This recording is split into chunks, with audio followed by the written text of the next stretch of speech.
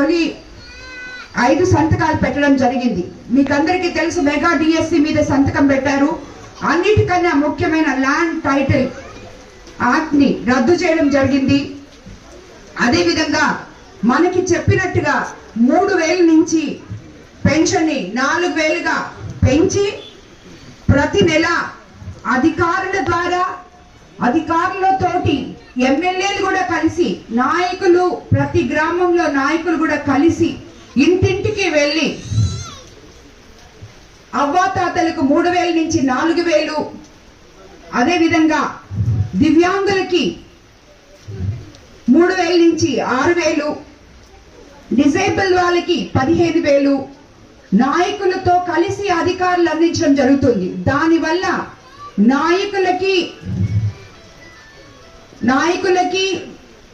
ఇక్కడ ఉన్న మామూలు మన గ్రామస్తులకి, అవ్వాతాతలకి ఆ గ్రామంలోకి వెళ్ళినప్పుడు ఎంతో అనుబంధం ఏర్పడుతుంది. నాయకులు వచ్చి మీకు పెన్షన్ ఇవ్వడము అనేది చాలా గొప్ప కార్యక్రమం.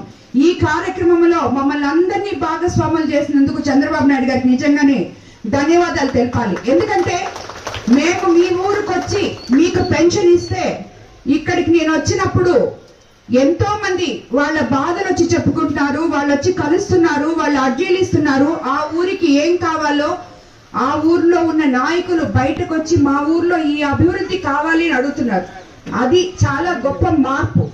అది కేవలం చంద్రబాబు నాయుడు గారు మాత్రమే తీసుకురాగలిగారు. ఎందుకంటే ఆయన ప్రభుత్వం ప్రజల ప్రభుత్వం కాబట్టి అదేవిధంగా మనము గత ప్రభుత్వంలో మూసివేసిన అన్నా క్యాంటీన్లు 100 క్యాంటీన్లు ఓపెన్ చేయడం జరిగింది ఈ 100 రోజుల్లో.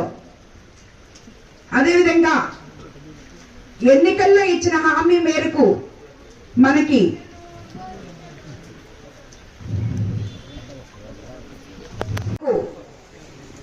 ఇంతవరకు పంచాయతీల్లో నిధులే లేకుండా అవస్థ పడుతున్న అందరికీ పవన్ కళ్యాణ్ ఉప ముఖ్యమంత్రి గారు మనకి ఆగస్టు 23న రాష్ట్ర వ్యాప్తంగా 13,326 పంచాయతీలు ఒకే రోజు మనం ముందుకు నడవబోతున్నాం. అదే విధంగా రోడ్లు, డ్రైనేజ్ సిస్టంలు ఇవన్నీ కూడా మనం రాబోయే రోజుల్లో చేసుకోబోతున్నాం. అన్నిటికంటే ముఖ్యంగా 100 రోజుల్లో ఇది చాలా తక్కువ టైం. 5 సంవత్సరాలు మీరందరూ పడ్డ బాధలు మర్చిపోయి 100 రోజుల్లో సంతోషంగా ఉండగలుగుతున్నారు. ఇదే మన గొప్ప విజయం. చంద్రబాబు నాయుడు గారు మనకి ఇచ్చిన సంతోషకరమైన విజయం. మిగతావన్నీ ఎందుకంటే గత ప్రభుత్వంలో ఎన్ని లోపాలున్నాయో అవన్నీ సరిదిద్దుకొని మన ముందుకి వచ్చి మనకిచ్చిన హామీలు నెరవేర్చడానికి ముఖ్యమంత్రి గారు సాయి శక్తిలా ప్రయత్నిస్తున్నారు. అన్ని మనకిచ్చిన హామీలన్నీ నెరవేరుతాయి. రేపు దీపావళికి రాబోయే రోజుల్లో ఉచిత గ్యాస్ సిలిండర్లు ఇవ్వబోతున్నారు. అదేవిధంగా నవంబర్లో గానీ డిసెంబర్లో గానీ ఆర్టీసీ బస్సుల్లో మహిళలకు ఉచితంగా అని చెప్పారు, అది కూడా చేయబోతున్నారు.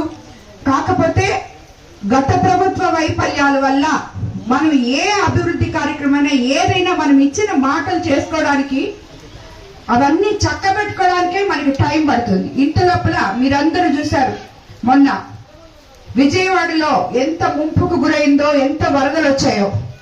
దాంట్లో చంద్రబాబు నాయుడు గారు ప్రజల కన్నీళ్లు తుడవడానికి ఎంత కష్టపడ్డారో. ఆయన వయసులో 74 సంవత్సరాల వయసులో ప్రతి ఇంటికి, ప్రతి దగ్గరికి వెళ్లి మోకాళ్ళలోతు నీళ్లలో దిగి ప్రజలు అన్న ఆర్తులతో మాడిపోకుండా వాళ్ళకి తడిచిపోయిన బట్టలు, ఇల్లునంతా నీళ్లు, నేను కూడా వెళ్ళాను అక్కడికి. అది చూసి నిజంగా నా మనసు చలించిపోయింది. అటువంటి దాన్ని చంద్రబాబు నాయుడు గారు లాంటి సమర్థమైన ముఖ్యమంత్రి కాబట్టి వారం రోజులు